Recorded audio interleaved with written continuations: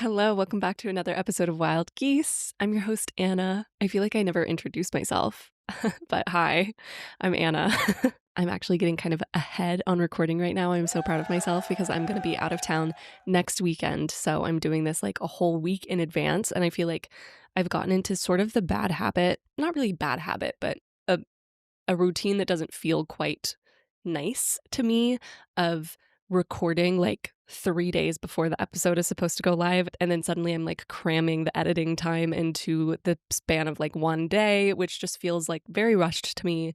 So maybe, hopefully, getting ahead on this will help me get ahead in the future as well. Maybe not. I don't know.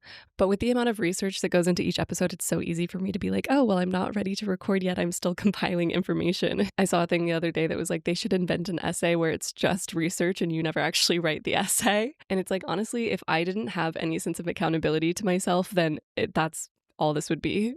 It would just be me researching in my room. And that's kind of what we're going to talk about today. We're going to talk about rabbit holes, how you can fall down a rabbit hole, research as a leisure activity. You might have seen that Substack already. It's pretty popular. And just generally why we all need to embrace weird, obscure knowledge, weird, obscure projects, things that don't feel immediately productive. Before I go into the next part about like personal branding and projects and whatnot, I wanted to read you a little bit of a blurb from the about page of this software that I'm going to be talking about later on in the episode. This is not sponsored. I just think that they perfectly kind of sum up why so many people were interested in this topic when I posed it. It says, allow yourself to go down rabbit holes. A rabbit hole is not a distraction. A rabbit hole is your brain trying to tell you to pay attention to something you're curious about. Ignore algorithmic rabbit holes. If you see something, save something. Pay attention to what feels resonant to you. Save breadcrumbs and build a path for yourself to walk down later on. The ability to classify information in a personal way is a muscle worth exercising. Creativity is just connecting things. Over time, build contexts for yourself and your ideas. Analyze what happens when you connect those contexts to somebody else's. Remember, the goal is not self-improvement. The goal is engaging more deeply with the world. So I just wanted to jump in here and say that really quickly because then I go straight into the concept of like niching down and personal branding and all of that. And I know that that's not something that everyone is going to be interested in. If you have no interest in having a personal brand online and creating content and building a brand for a business, all of that, then this first part might feel a little bit like, what does this have to do with me? But stick with me. I will put timestamps so that you can skip past this if you have no interest at all in the idea of personal branding. And to give a little bit of context to where I'm coming from, I had a comment on the last video asking what I do for work, which is so funny because I realized that I never promote what I do here and I probably should do that more. But I actually am a freelance podcast manager and I have been doing that for 2 years before I started actually doing my own podcast. Also, sorry that my voice sounds the way it does right now. I'm kind of getting over a little bit of a cold. But yeah, I've been helping other people with behind the scenes of their podcasts, everything from production to strategic consulting on the creative side for a while now. And I've taken many marketing courses for my own business trying to get clients, but also for my clients trying to help them get clients through their podcast and whatever. And if you have any experience in business and personal branding, I kind of feel like this is pervasive language everywhere at this point, but it is especially prevalent in the online business space. This advice to niche down is probably one of the first things that you will hear. It is really an entry point into marketing yourself, into creating a personal brand. If you've ever watched any video on YouTube on like how to become a content creator, some of the first things that you will hear is niche down, pick a niche, aka put yourself into a neatly defined box. Have an elevator pitch. And actually a friend approached me recently wanting to get into content creation. And one of the first things that she brought up was this idea of like, I know that I should probably like pick a niche, right?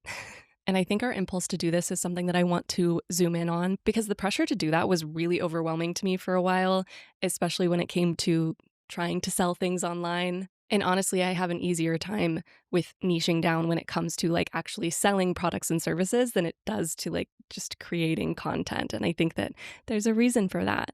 But I also think we're living in a world right now where everyone is being told to define their personal brand. It's no longer just businesses being told this, it's individual human beings. Find a personal brand, find an aesthetic. Are you clean girl aesthetic? Are you blah, blah, blah aesthetic? Are you grungy? Are you blah, blah, blah, whatever. And it makes sense because the internet moves so fast. You want to be able to very quickly say, this is who I am, and catch someone's attention and make them stay through that. I can't even tell you the amount of courses that I've been through, the coaches that I've worked with that have echoed this thing of niching down, of having an I help statement where it's just all very neatly packaged into one sentence. What you do, who you help, it's immediately understandable. It's starting to sound like an AI summary that comes up when you Google something. And personally, I do not want to have my whole personhood feel like an AI summary. And I think that's why when I read this article, Be More Confusing, actually by Michelle Pelizon-Lepsitz, it really struck a chord. She says, charismatic and magnetic people are confusing. They've got edges, beautiful, fascinating, craggy edges that give people something to hold on to, the kind of edges that snag people's attention like a ring catching on a sweater. They start a podcast about medieval brewing techniques while learning to code so they can personally figure out how to replace the mouse on their website with a tiny sparkly firework.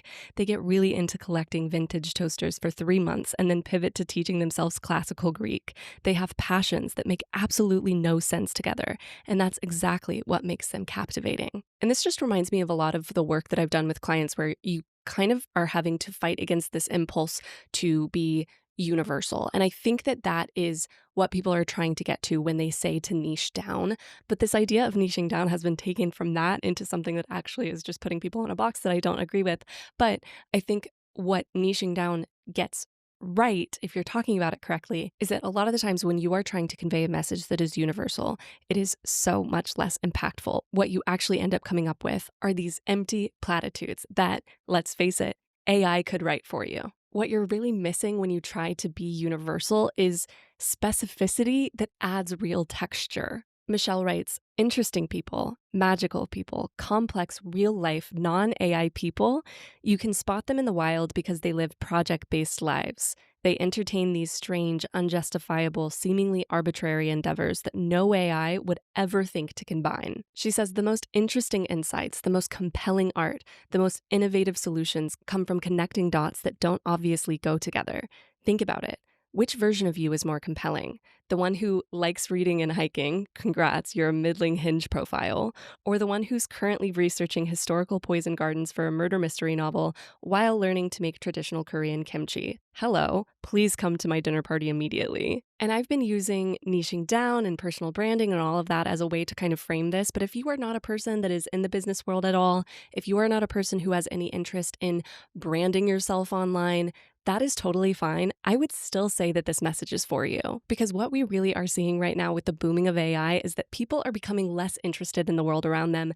They are reading less, they are expecting immediate answers, and a lot of this I have already spoken about in other episodes. I have the Convenience Culture is Killing Our Creative Impulses episode that really dives into that, and I also have the Digital Gardening episode that really dives into how you can start to kind of turn that piece of your brain back on. But now I want to expand out from this idea of consciously consuming and think about what this author said before about living a project-based life. A lot of what Michelle was saying was about the fact that being enamored with someone often comes from the fact that you can't totally figure them out. There's always going to be something about them that's a little bit elusive to you. You can't quite guess what they're going to do next at any given moment. And I also think that something that makes people that live project-based lives and lead with that so captivating is the fact that they're leading with what they love. They would rather talk to you about the novel-length fan fiction that they're writing about some obscure show than spend any mental energy chasing trends or trying to become palatable to people. You don't know about the show? Great, they're so excited to tell you about the show. I just think there's something so intoxicating about people like that. I know when you hear the word project, you're probably thinking of this big grand thing. You're probably thinking like, oh my gosh, she's telling me I need to write a screenplay. She's telling me I need to release an EP. She's telling me I need to start a podcast. And look, those are all examples of projects that you can take on if you want to, but you can also make this so much smaller. And in fact, when you're first starting out with doing something like this, I think it's really, really important to start as small as possible, to start to train your mind to see that you actually can do these sort of side quests outside of work. So some examples of projects that I want to dive into. I want to start line dancing. I want to learn Spanish. And I've just started researching ancient Greek lamentation. Lamentation? How do you say that? Lamenting. But I read one article about how at the start of democracy in ancient Greece, they outlawed lamenting. And we think of lamenting now just as something that you as one person who is grieving does, but it used to be a communal practice. Women used to come together and lament. So they would vocally like scream and like move their bodies in order to move through collective grief. And I read that and I was absolutely enthralled by that idea. So I've started to, very casually in my free time when I feel like it, start to seek out sources to learn more about that thing. But your projects can be even smaller than that. One of the examples that she uses in this essay is a project to learn all the words to Nicki Minaj's verse in Monster. Okay, so think of this as a practice in doing whatever the hell you want, even if it's not immediately productive to the thing in front of you. What we are fighting is this impulse to package ourselves into these perfectly sellable products because you are a person, okay? And I know that the internet and all of the content creators that have all of these tips and tricks into how to become a content creator and blah, blah, blah, all of those things are trying to sell you this idea that if you become perfectly understandable and perfectly placed in a box, you can make all this money online and whatever. But really what you are doing when you are trying to make perfect sense is you are making it so easy for AI to replace you. Not to be intense or anything, but it is happening every day. I just want to amend this to say that obviously AI is not going to literally replace you. You're irreplaceable, babe. But AI is replacing jobs every single day, and it's replacing jobs in every single market. So any way that we can resist, we should. Not to say that this is all about commodifying your projects. You should have projects that you have no intention of ever making money from. Absolutely. I'm just trying to make the point that a lot of the personal branding, online business, aesthetic advice, whatever that we see about packaging ourselves in a way that will hit mass consumers is trying to make you more robotic and not less. And I think we all need to be really conscious about actually like getting more in touch with our humanity right now. So what I would suggest is starting with just one project. If you wanted to do like a smaller project like the Nicki Minaj verse thing, then you could maybe do two. And allow your projects to change, follow your curiosity. But in the vein of following your curiosity, I want to talk about rabbit holes. Now, this is the thing that when I did the poll on Instagram to see what you guys wanted to talk about next, this was how I framed the episode, was how to fall into a rabbit hole. So that's what we're going to be talking about now. So before I started my own podcast and I was just working with other hosts trying to make their content better, I had this sneaking suspicion that the ones that were really having a hard time creating impactful content weren't falling down rabbit holes enough. They weren't getting curious enough. And I didn't really know how to convey to them how to become more curious, right? Because we think of that just as sort of something that's there or not. And I don't want to frame this whole episode in a how to make better content because I know that not all of you want to make content. And I also don't think that you should be falling down rabbit holes just because you want to make better content. I think that it can be a tool to make better content, but I don't think that that's the whole reason why you should fall down rabbit holes. I think it has to do with a lot of what I said before about just like for your personhood, maintaining a sense of wonder about the world. But I think that this suspicion that people weren't allowing themselves to fall down rabbit holes enough was the thing that made me start this podcast. I mean, if you go back to the first episode, that's like a lot of what I talked about, but it has taken me a while to like build up the muscle, the rabbit hole muscle, we'll call it. And there's a pretty popular Substack called Research as Leisure Activity by Celine Guyen. And when I read it, I realized that that's kind of what I'm doing with this podcast. And so I just want to very quickly kind of lay out how I am taking myself down rabbit holes with each episode and how you can do the same. So usually what happens is that I start with a very general curiosity. Sometimes this comes in the form of a question that I want to answer. Sometimes it's a very general idea. Sometimes it's a piece of content that I came across from somebody else a while ago that has just stuck in my head. And I'm like, I want to dig into that deeper. I want to understand that more. So I start with this general question, and then what I do is I go into Arena, which is a software where you can save images, links, PDFs, and different notes, and then categorize them into channels. It's kind of like Pinterest, but better because it doesn't have ads. And also, this is not an ad. Arena, if you want to sponsor me, I would love that. But no, this is not an ad. This is just what I use to dump sources. So I will basically just go back through different content and things that I have a suspicion tie back to this question or general idea. If the question or general idea came from a piece of content, then obviously that's the first thing that I put into this Arena channel. So that's kind of phase one for me, is just starting with the content that I have already come across about this general question or idea, dumping it all into Arena. And the reason why I dump it into Arena and not Obsidian is the software that I used in the digital gardening episode. But Arena for me and my workflow is really just like a preliminary dump. That's where I can have all of my sources for this specific topic immediately available in one place. And because you can include things like images, YouTube videos, whatever, all of that, that makes it easier. And what's cool about Arena is that you create these channels, which are, I'll equate it again to Pinterest. It's like a Pinterest board. You create these channels and you can connect anything that you put in one channel to any other channel that you have on Arena so that you can, again, make those connections. This is another place where you can create a full digital garden. And I am sorry if you haven't seen the digital gardening episode and you're getting lost here. Maybe go back and watch the digital gardening episode. But yeah, I use Arena just as a source dump. And then from there, I have all of these sources that I know that I want to come back to later while I'm sitting down at Obsidian making notes in my digital garden. So that's when the process of really digging into the sources and taking notes starts happening.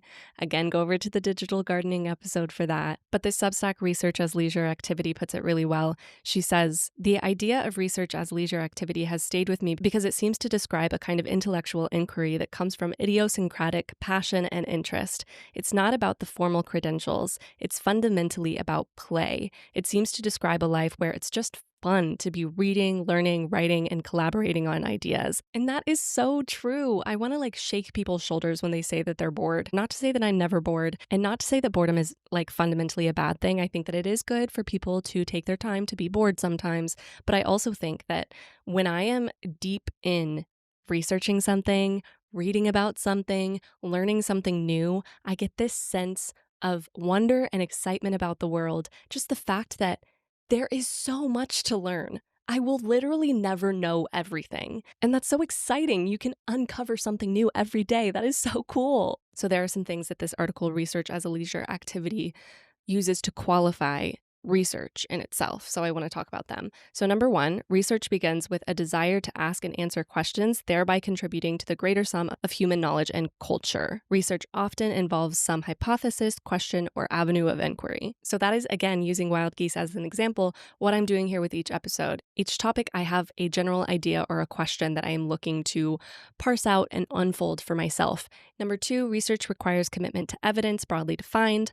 Number three, research requires understanding the history, theory, and practices of the disciplines you work within. Now, this is where I feel like it gets interesting when you are researching on your own and not within an institution. I remember back in college, I took a class on feminism and theater, and one day one of the students kind of complained about how dense what we were reading is. The theory that we were reading was so dense, it required you to have so much contextual knowledge about other things.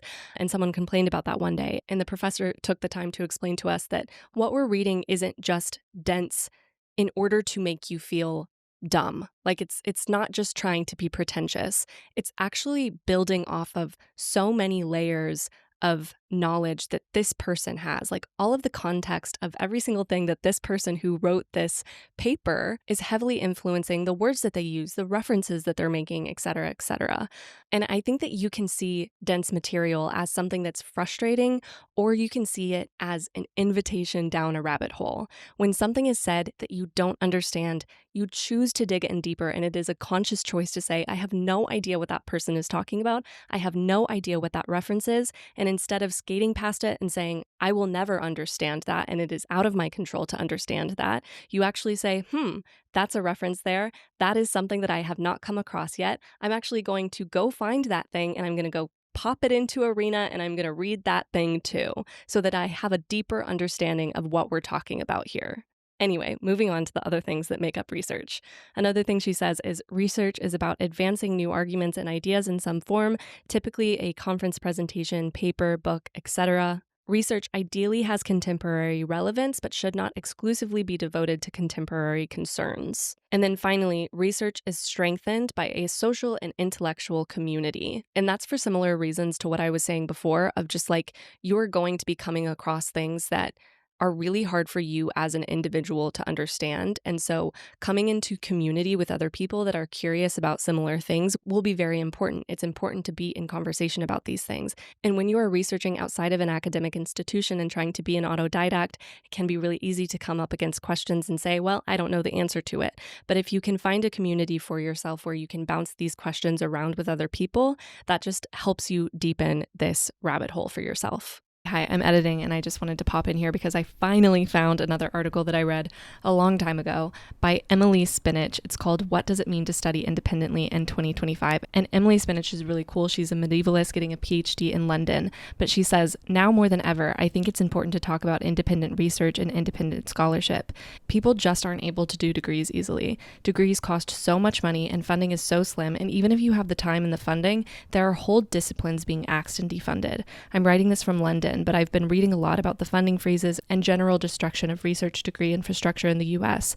There are probably a lot of people, maybe even people reading this essay, who would have liked to study ecology, but all the ecology near them has stopped existing. I've experienced twice being at a university and having all the academic staff in the thing I was trying to study made redundant, and suddenly being left on my own with a dictionary to try and learn something I was meant to be being taught. And in her Substack, she includes some resources that she uses as an independent scholar. So I will also be linking this in the show notes as well if you're interested in doing more like intense academic reading. I think she has a couple of links for that. And then the way that this author distinguishes research as a leisure activity versus research as like an institutional activity is that research as a leisure activity is directed by passions and instincts and exuberantly undisciplined or anti-disciplinary. She says, I'd also say that the best content on the internet is created by people who have turned research into their leisure activity.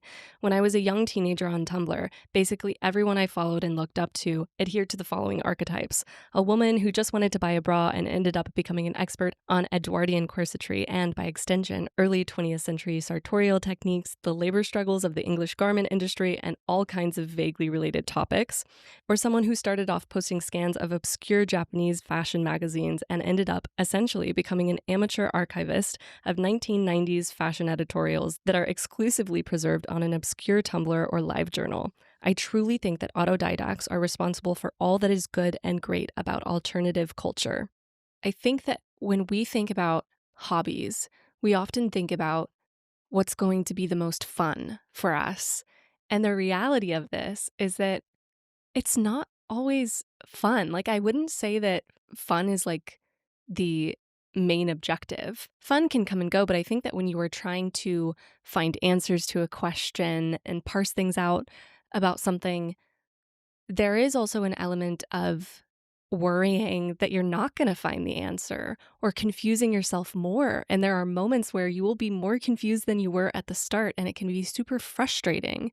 So I think I just want to drive it home that the ultimate objective is not necessarily fun. You might encounter states of fun, but you also might encounter states of frustration and feeling lost in the rabbit hole, right? But I think that for me, above having fun, like this is a hobby that I'm doing to like escape from the world, the objective is more feeling a sense of presence and a sense of wonder. Paul Graham actually has an essay called A Project of One's Own, where he talks about the value of having a project of your own. And he qualifies a project of your own as something that you do voluntarily and by yourself. You can do it in collaboration with others if it's like you're taking on one portion of a greater project, but there is one part of that project that is taken over by you. So for example, if you're putting on an event with a group of people and it's your job to do the graphic design for the flyers, that would still be a project of your own if you are voluntarily doing that piece of the project by yourself. But anyway, he brings up a really interesting point about this idea of work-life balance. And because we live in a capitalist society where it's understood that you like go to work and then come home, and then after work, you should be doing no work. But actually, a lot of the enriching part of life is to continue working, but doing work on a project of your own. And again, this really calls back to another episode of mine, the convenience culture episode. Go listen to that if that sounds interesting. But in this article, he says, there is something special about working on a project of your own. I wouldn't say exactly that you're happier. A better word would be excited or engaged. You're happy when things are going well, but often they aren't. When I'm writing an essay, most of the time I'm worried and puzzled, worried that the essay will turn out badly, and puzzled because I'm groping for some idea that I can't see clearly enough.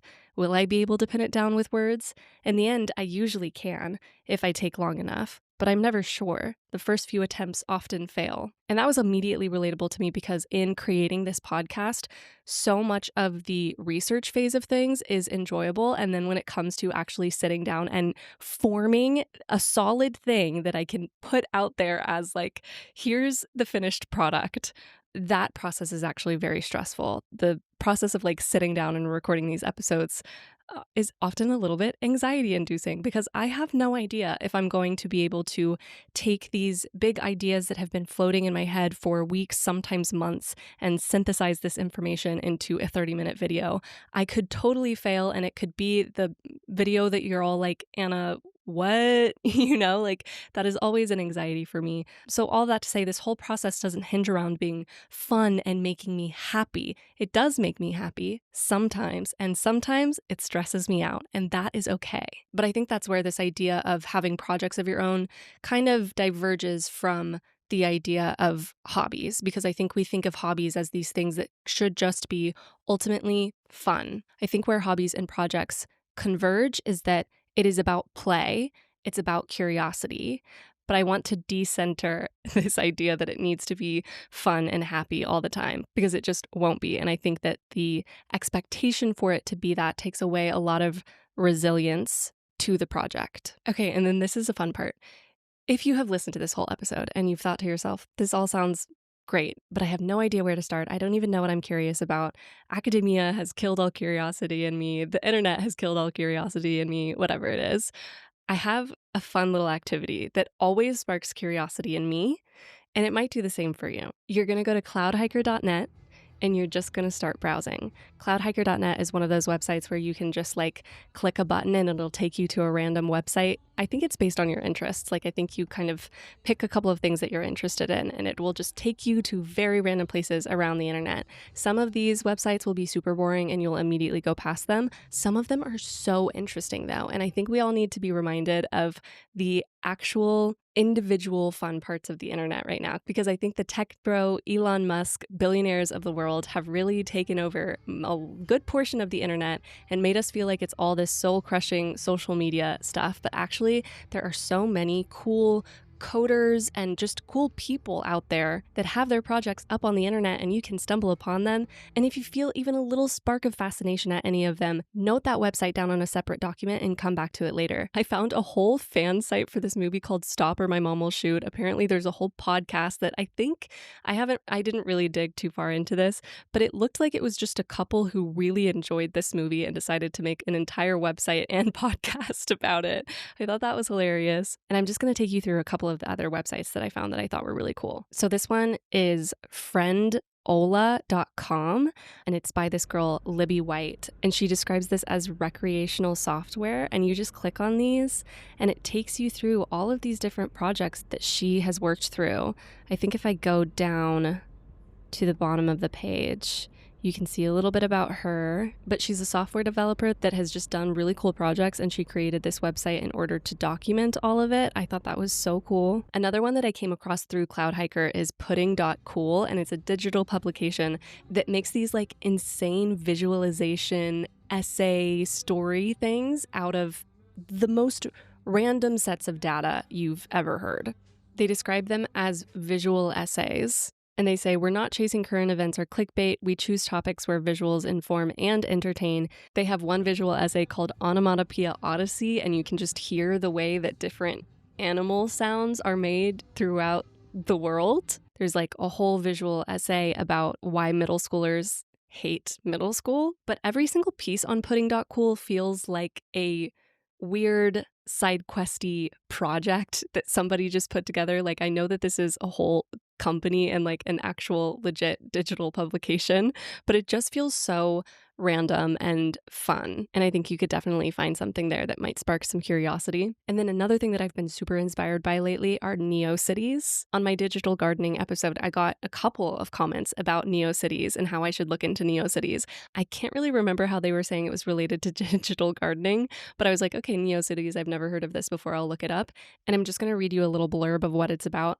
It says, Create your own free website, unlimited creativity, zero ads. NeoCity is a social network of 1 million websites that are bringing back the lost individual creativity of the web.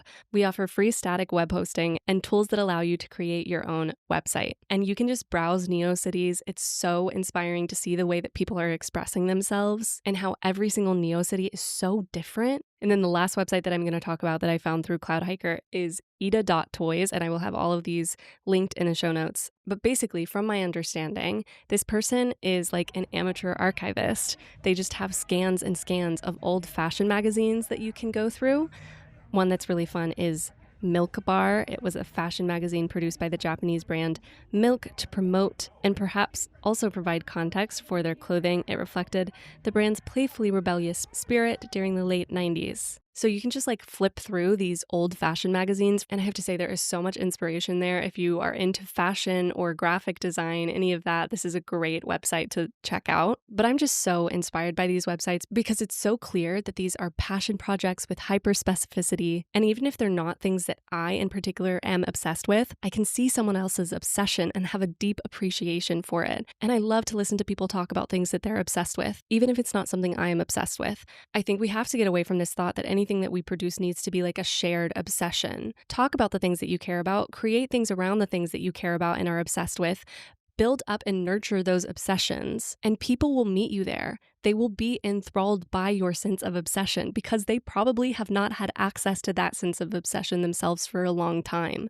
It's inspiring to see other people care about things. Like before I stumbled upon this ida.toys website, I had never for 1 second thought about Japanese fashion in the 1990s. That just has never crossed my mind. I'm not a huge fashion person, but just looking at this website, I would absolutely love to meet this person. They seem fascinating to me because they have poured so much time and energy into something that they so clearly care about a lot and is so hyper specific that it doesn't even matter that this is not a thing that I've ever thought about before. So yeah, I hope that that gives you a good place to start. Even if you haven't found a rabbit hole that you want to go down yet, that is okay. I think that you will if you start to listen to yourself when you say things flippantly, like, I want to learn about blah, like I feel like my friends and people around me are throwing out things like that all the time about like, oh, I wish I knew more about XYZ.